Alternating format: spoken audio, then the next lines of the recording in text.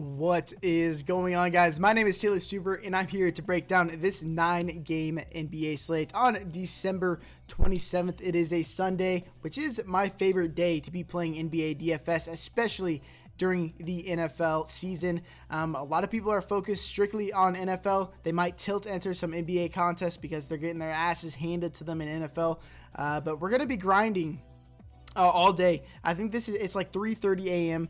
At the time that I'm recording this right now. My team by team notes are already up in the Discord. If you think that this video brings you any value whatsoever, the best thing to do to support me is by subscribing, liking, and commenting on this video. That will also enter you into giveaway that I do every single Sunday for a $25 via PayPal, Venmo, Cash App. And to announce the winner of last week, it is WPS. I've seen you in the Discord. Make sure to hit me up. And if you guys want to join that Discord, I do post my team by team notes. That's going to be even more in depth than this for your reading pleasure. My cheat sheets, my player pools, my actual FanDuel lineup. And of course, I'm in there all day long answering some questions for you guys. And then over on twitch.tv/TaylorSuper, link is in the description. Link to everything is down below. Make sure to follow me on Twitter as well. An hour before every single slate, I answer pretty much every single question I get in that chat after breaking down the slate. So I'm really trying to give back to you guys as much as I possibly can. Loving all the support you guys have been giving me lately. And of course, these in-game showdowns have been absolute money. If you haven't gotten on the wave yet, I do stream these in-game showdown slates at the end of the night, pretty much every single night. We've done it 4 times. 3 of the 4 times we've been battling each other in the top 5. It's been a good time. I think last night I took 2nd place, so in the main tournament. So good times over here. But let's just jump right into this slate.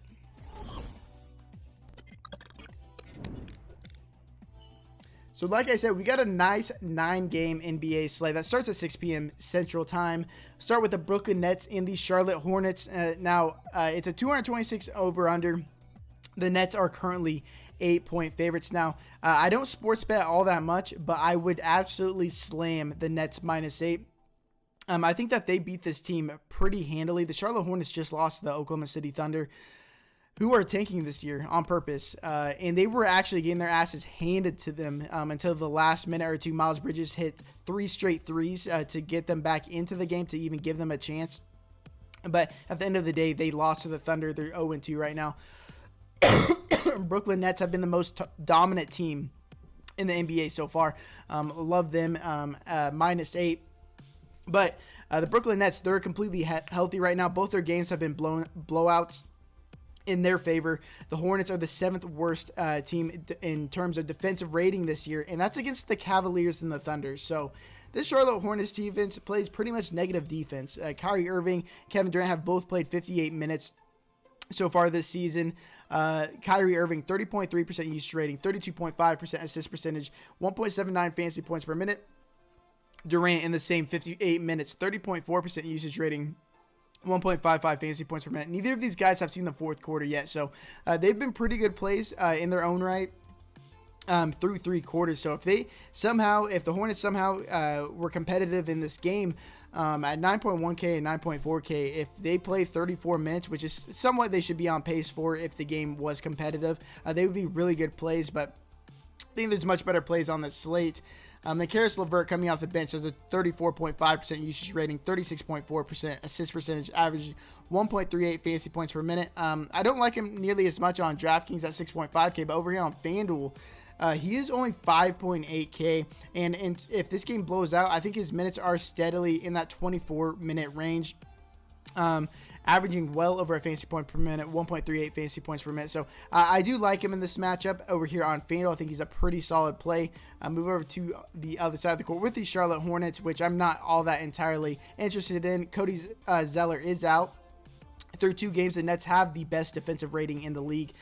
Bismack Biyombo started for Zeller last time, and I was not expecting that many minutes from him, but we saw 18 minutes from him in that first half. And then in the second half, but he was playing really, really well in the first half. In the second half, he was just playing average. only played 12 minutes. And that's something I think that we should expect moving forward. Playing 24 to 26 minutes, not 18 minutes in one half. I don't think that is the norm for Bismack Biyombo in the starting lineup. Of course, PJ Washington was coming. He starts at the 4, and then he'll play some backup 5 minutes as well. We saw that a lot in the second half. And then outside of Bismack Biyombo, the only guy that I'm really interested in on this team is Devontae Graham, strictly on FanDuel, just because his price is just a bit too cheap at 5.4K. This Charlotte team is pretty fluid, so whoever's really playing well is going to get extended minutes. We saw Terry Rozier played big minutes in that first game because he got absolutely red hot from 3, made 10 threes that first game. So unless something changes with this Hornets team, I'm not going to be all that interested in them moving forward. Move over to the San Antonio Spurs versus the New Orleans Pelicans. 228 over under. Pelicans are 5-point favorites. Spurs are on the second leg of a back-to-back. Derek White, he's out. Pelicans have the 9th best defensive rating so far this year. DeJounte Murray, we've been playing him pretty much every time we get a chance, or at least he's been in my player pool. In 60 minutes so far this year, he's a 23.7% usage rating, 43.2% assist percentage, 13.2% total rebound percentage, which is second on the team, just behind Jakob Poeltl, averaging 1.44 fantasy points per minute. And I've said this time and time again, he's a triple-double threat whenever he's out there on the court. And now that Derek White is out, Bryn Forbes is no longer with the team, he's still a really good play, even at 6.8K. Over on FanDuel, they raised his price a bit. He's 7.3K, but I still think he's viable on both sites. DeMar DeRozan, the other guy I'm interested in on this team. It's really just these two guys. DeMar DeRozan in 71 minutes, which is the most on the team, a 25.2% usage rating at 30.4% assist percentage, which is good to see because when DeJounte is not on the court, DeMar is running the offense with a 10.9% total rebound percentage, averaging 1.55 fantasy points per minute. I think DeRozan is a fine play. Move over to the Pelicans. They're healthy. The Spurs have the middle of the road 15th best defensive rating in the league.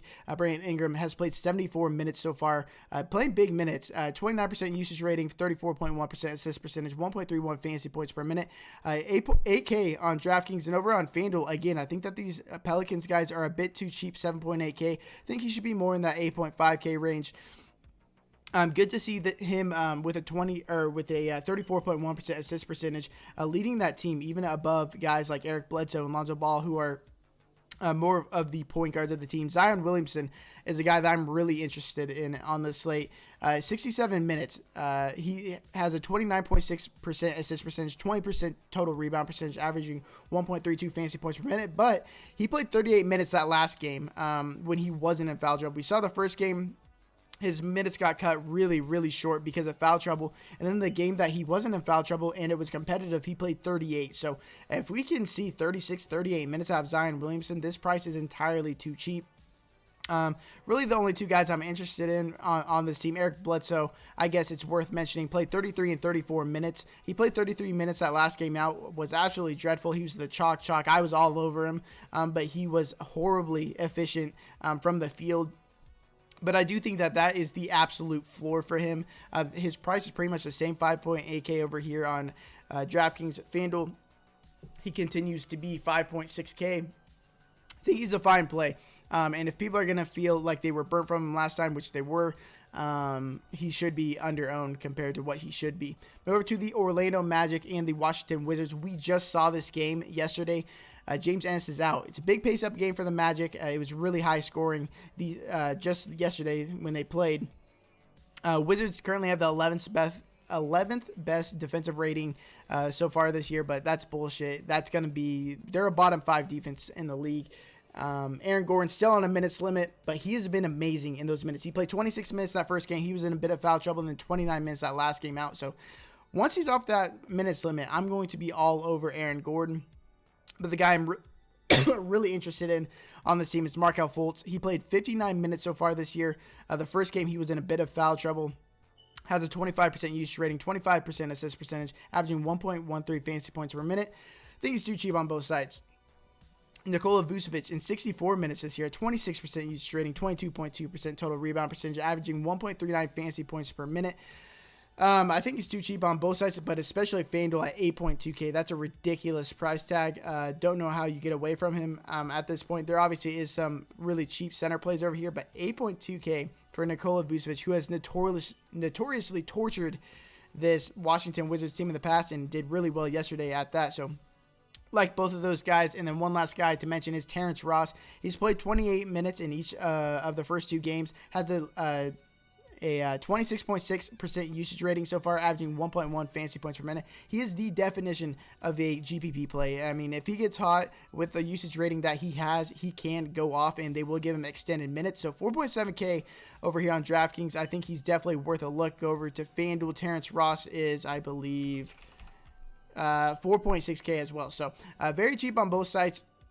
Definitely think he's viable in GPPs. Now, the Washington Wizards is a team that we're really going to have to be monitoring today. Russell Westbrook, it was said when he got traded to this team that he was going to be sitting the second leg of back-to-backs.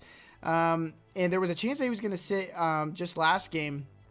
But Scott Brooks has kind of put a hold on that. I said, well, we'll think about it. So we're really going to have to monitor if he's in or if he's out. And same with Davis Bertans. He's been on an 18 to 20-minute limit. He could sit on this back-to-back, or he could continue just to play 20 minutes a game. But if Russell Westbrook is out, I'm going to really like Bradley Beal on both sides, especially on DraftKings, given the fact that Bradley Beal is only 8.5K. Even with Russell Westbrook healthy and playing, Bradley Beal in 72 minutes has a 36.7% usage rating, averaging 1.48 fantasy points per minute. And expect that per minute basis, or per minute rate to increase if Russell Westbrook's out, just because his assist percentage is going to skyrocket, going to get a couple more boards.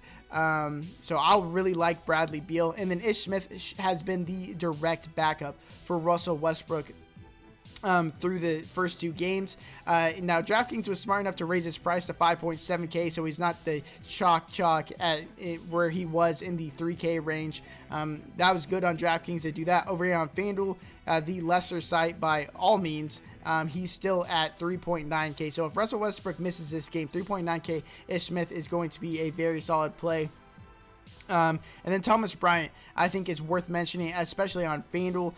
He should benefit almost the most outside of Bradley Beal and Ish Smith. His usage and total rebound percentage should increase. Only 5,200 over here on FanDuel. His price on DraftKings it leaves a lot to be desired for. I think he's fine in tournaments at 6.5K, but 5.2K on FanDuel is really where I'm focusing my attention with Thomas Bryant. The Philadelphia 76ers versus the Cleveland Cavaliers are 218.5 over under. The 76ers are currently 6-point favorites. Cavs are sneakily 2-0 so far this year. Not against good competition, but it is worth mentioning that they have been better this year through 2 games. Cavaliers have the 17th highest defensive rating. The Sixers are healthy.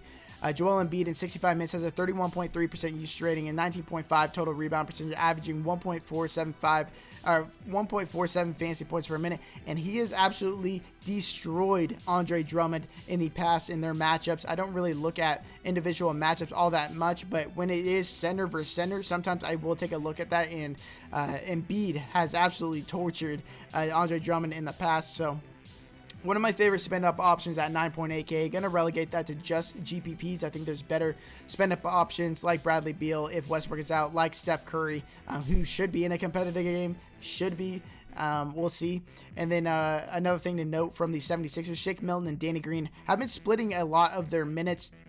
The first game we saw Milton play way more, and then last game we saw Danny Green play way more. I think both of them are not very viable, and then it seems like Seth Curry's minutes are pretty reliable himself, but the rest of this team I'm really not all that interested in. And then move over to the Cleveland Cavaliers. The 76ers have the 3rd best defensive rating so far this year. Kevin Porter Jr., Dellavedova, Windler, they're all out. Kevin Love was back last game. He was limited.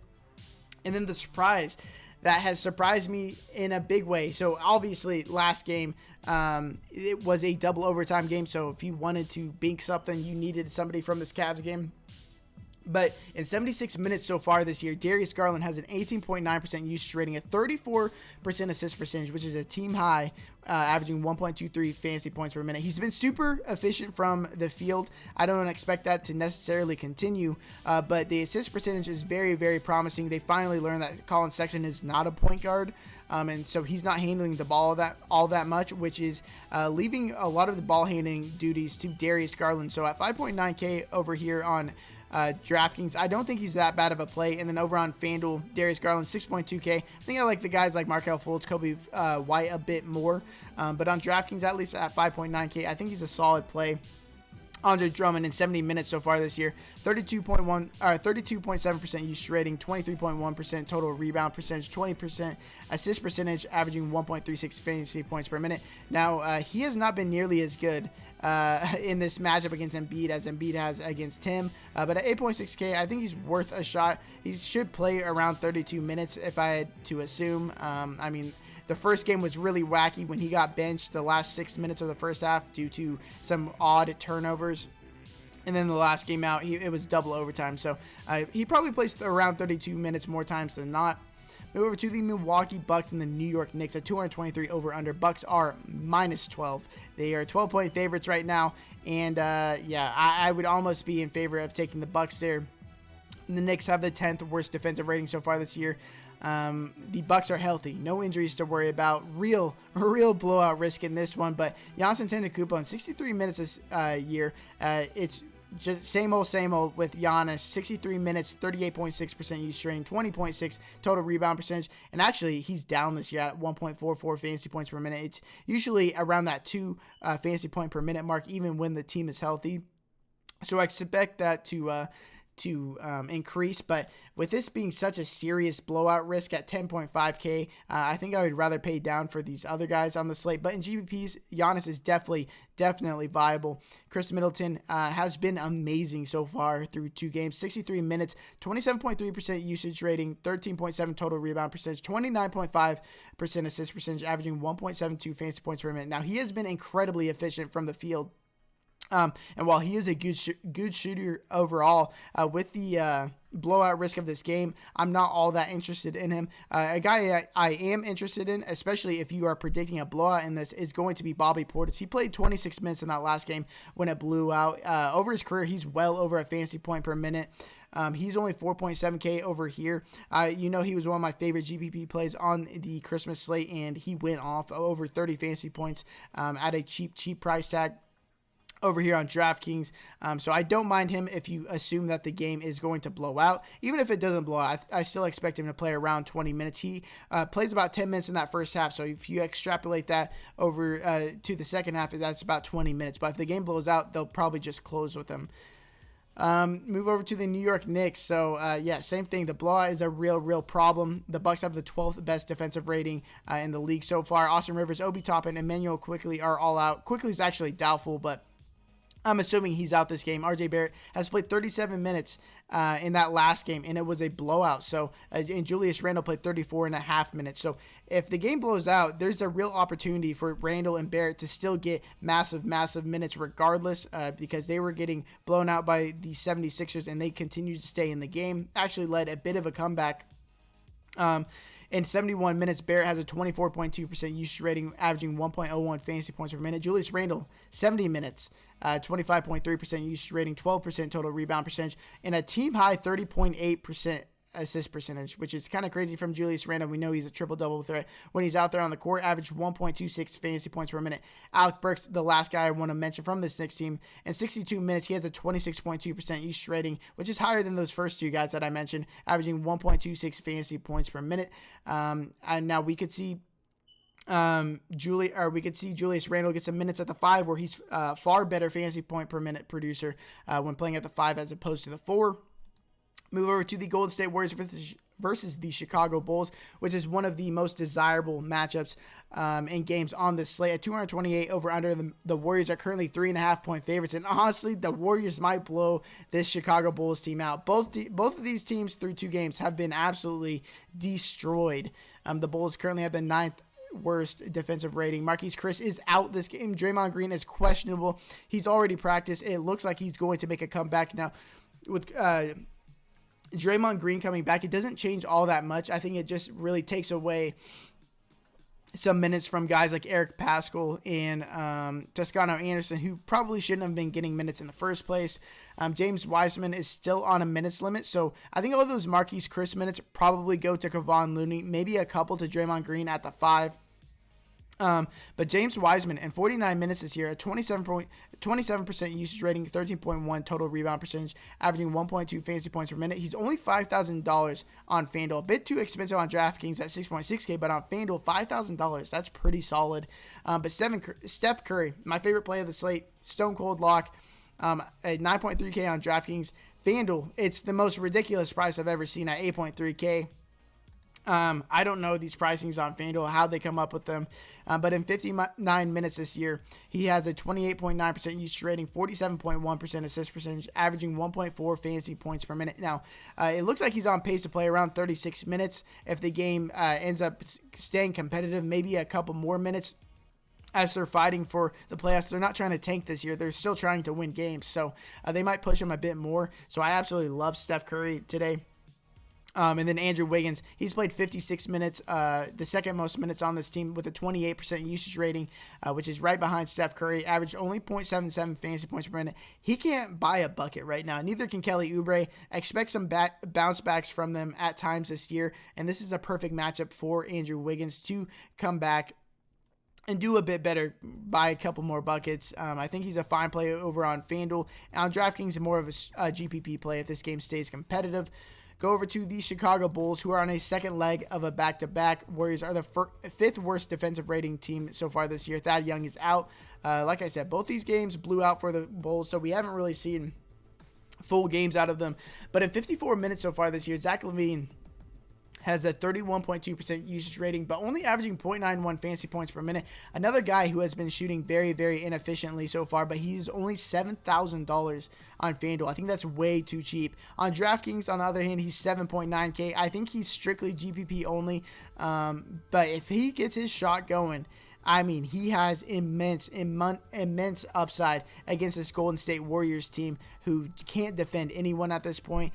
Kobe White is the only other guy I'm really interested in on this team. In 55 minutes, he has a 20.5% usage rating, 27% assist percentage, but only averaging 0.87 fantasy points per minute. This Bulls team has just been playing awful. But if they're gonna get right versus any team, it's gonna be this Golden State Warriors team. They're priced down on both sides. I think they're fine in cash game. I think Kobe's fine in cash games on both sides. Very cheap. Considering what we saw in the preseason where he was absolutely stellar. The first couple of games he's just been a bit of a letdown, but I think there's room for him to bounce back. Move over to the Boston Celtics and the Indiana Pacers. A 222.5 over under. Celtics are currently 2-point favorites. Now I'm not really interested in all that many guys from the Celtics team. The Pacers have the 6th highest defensive rating so far this year. Kemba Walker is out, of course. There's no more Gordon Hayward on this team, so expect Jaylen Brown and Jason Tatum to run this team again. And honestly, I think that they're too cheap. Both of these guys. Jaylen Brown in 68 minutes so far this year, a 35.3% usage rating, a 18.9% assist percentage, a 10.1 total rebound percentage, averaging 1.46 fantasy points per minute. I think he's too cheap on both sides. Tatum, on the other hand, same, 68 minutes, 33.6% usage rating, 12.1% total rebound percentage, and then averaging 1.3 fantasy points per minute. We continue to see Tristan Thompson and Daniel Tice starting next to each other, and I expect the same exact matchup against the Indiana Pacers, who go double big as well with Miles Turner and Domantas Sabonis. So I expect some extra minutes from Thompson, from Daniel Tice. I think they're fine plays, not much upside in them, but Jaylen Brown, Jason Tatum are the guys I'm really focusing on. Move over to the Indiana Pacers, who are on the second leg of a back-to-back. Celtics have the worst defensive rating so far this year. Now, I don't think they're the worst defensive rating team in the league, but so far this year, they have not shown to be very good at all on the defensive side. Jeremy Lamb, Goga, Bataze, Edmund Sumner, they're all out. One of my favorite plays on the slate, Domantas Sabonis. Again, we were all over him yesterday. He was one of my favorite plays. Him, Christian Wood, and James Harden were like the locks on my slate in my main core. He's played 70 minutes so far in the preseason, 28.6% usage rating, 18.5% total rebound percentage, 29.1% assist percentage, averaging 1.56 fantasy points per minute. And outside of that assist percentage, which is just narrowly in second place for him. He leads in pretty much every category for this Indiana Pacers team. He even plays the most minutes on this team, only 8.4K. And people are going to continue to think this is too expensive for Sabonis, but it's just too cheap. He is a true stud in fantasy, 9.1K over here on FanDuel. Again, too cheap. I'm going to go back to the well with Domantas Sabonis, and I'm going to feel really, really good about it. I'm going to be pairing him with Steph Curry a lot today. And then Malcolm Brogdon. He's played 63 minutes so far this year. Now, the first half of yesterday's game was weird. The second unit got hot. The guards did, so he didn't come back in. He missed out on like 3 or 4 minutes because of how good the second unit was playing. Expect him to match the minutes of Sabonis for the most part. But he has a 21.2% usage rating, 29.2% assist percentage, averaging 1.36 fantasy points per minute. I think he's a fine play on both sides. They slowly keep rising his price, but I still think that there is room for value when it comes to Malcolm Brogdon.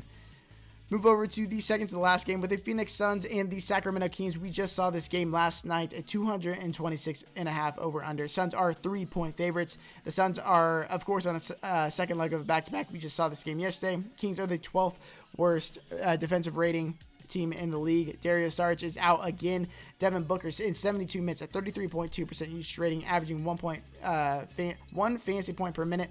Chris Paul has played 60 minutes, saw an increase in minutes last game, 22.2% of usage, 50% assist percentage, which is very, very good considering they've been dropping his price, averaging 1.34 fantasy points per minute. And then DeAndre Ayton, he's only played 54 minutes. That's due to a lot of foul trouble. He has not looked that good, honestly. But a 17.6% usage rating, 20% total rebound percentage, 1 fantasy point per minute. I think he improves moving forward. But Chris Paul, 6.8K over here on FanDuel is kind of crazy to me. I think he should be more in that 7.5K, so you could get a value on him over here on FanDuel. The Kings on the other end, the Suns have been the 4th best defensive rating team in the league. They're healthy right now. Marvin Bagley continues to be limited, especially that last game. He was really, really limited. 48 minutes so far this year, but he has a 28.2% usage rating, 20.8% total rebound percentage, averaging 1.15 fantasy points per minute. Once this guy's off a limit, I'm going to be all over him because if he's going to continue to be in this 5 to 6K range, he's just way too good to be in this range if he's playing even 28-30 minutes a game.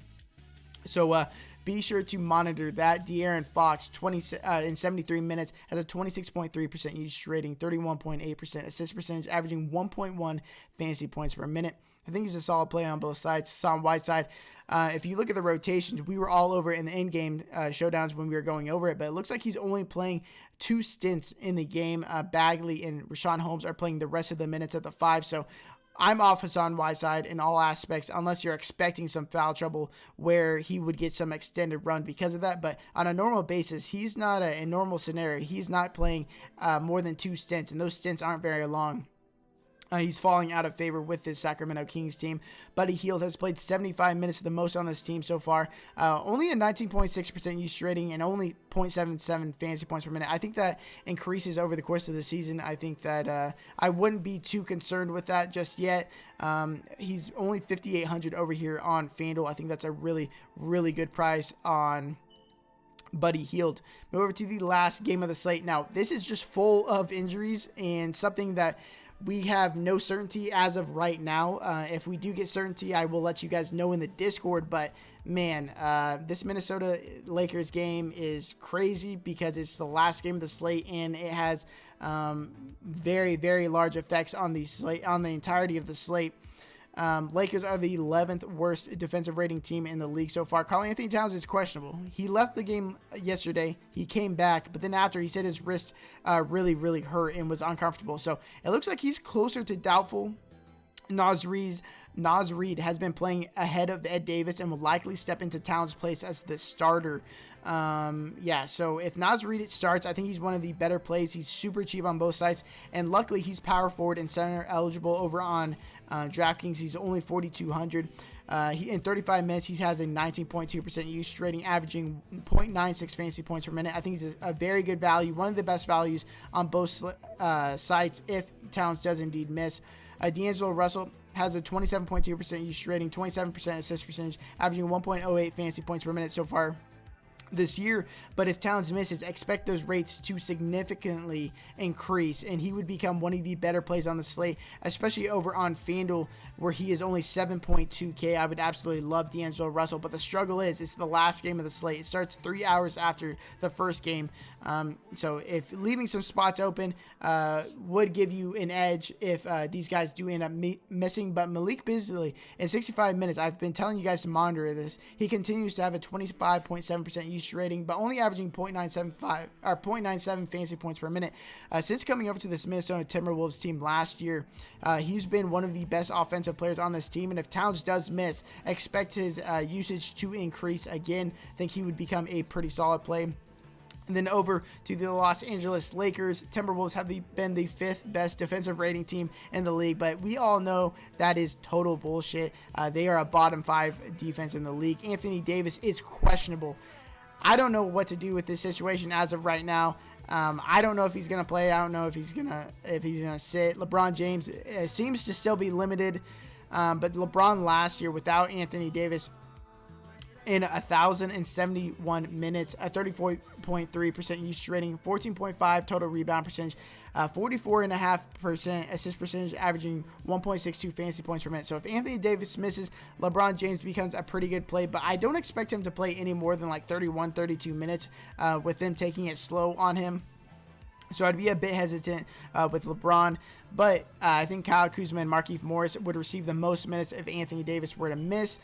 Dennis Schroeder, in 52 minutes so far this year, has a 26.5% usage rating, 15.6% total rebound percentage, 35% assist percentage, averaging 1.45 fantasy points per minute. And it looks like one of the ways that they're taking it slow with LeBron James is just letting Dennis Schroeder play next to him and run the offense.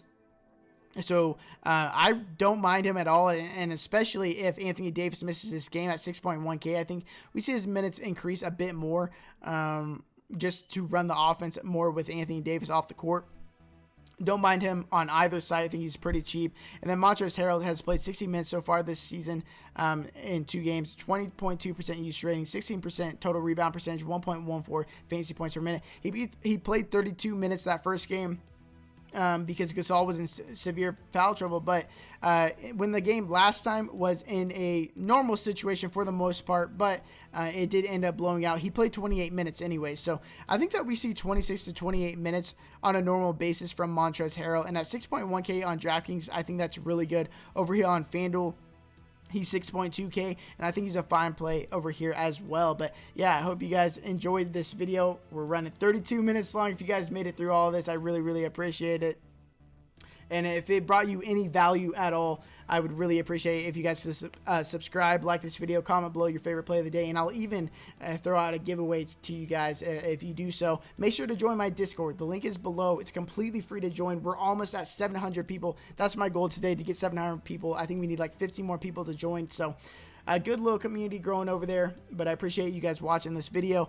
I hope you guys have a good day. Best of luck, and until next time, peace.